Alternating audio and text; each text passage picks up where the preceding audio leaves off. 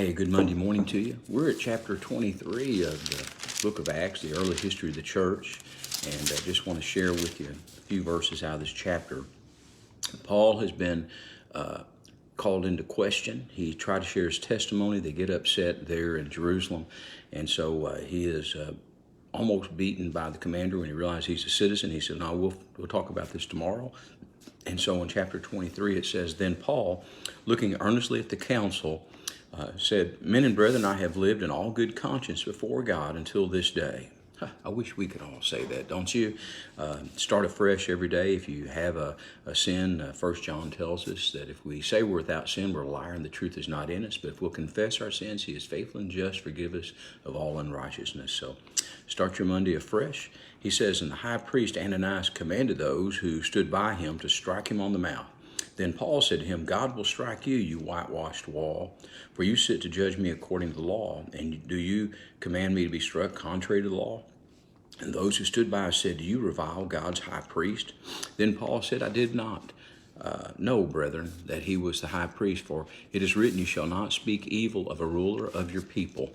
But when Paul perceived that one part were Sadducees, the other were Pharisees, he cried out to the council, Men and brethren, I am a Pharisee of the Pharisee. Concerning the hope and resurrection of the dead, I am being judged. And when he had said this, a dissension arose between the Pharisees and the Sadducees, and the assembly was divided. For the Sadducees say there is no resurrection, and the angel or spirit, no angel or spirit, but the Pharisees confess both. Then there arose a loud cry, and the scribes of the Pharisees' party arose and protested, saying, We find no evil in this man, but if a spirit or an angel has spoken to him, let us not fight against God. Now when there arose a great dissension, the commander, fearing lest Paul might be pulled to pieces by them, commanded the soldiers to go down and take him by force from among them and bring him into the barracks.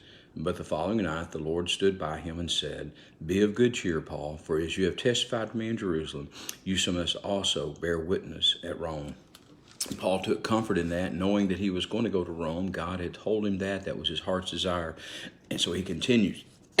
Even in the midst of persecution, even in the midst of the difficulties, he continues to do what God has called him to do. We find that even though Paul is struck, and even though he's being called in question, and the Jews are totally against him, he tells us, You shall not speak evil of a ruler of your people. That is a Jewish law coming out of Exodus where they know that they're not supposed to speak evil. And so I pray that we would do our best to be good citizens and to do our best not to speak evil of those around us or those above us, but we would be as Paul, that we would discern the hour that we're in, and we would understand the hope of the resurrection and stand upon that. Pray you have a good day today. Know that you're loved. Be in prayer for one another, many having surgeries this week, next week out of a congregation, and so be in prayer for them. We're excited about the good things that God is doing at Westview. Come and see that the Lord is good. You have a great day, and as always, know at Westview we're here for you, and God bless.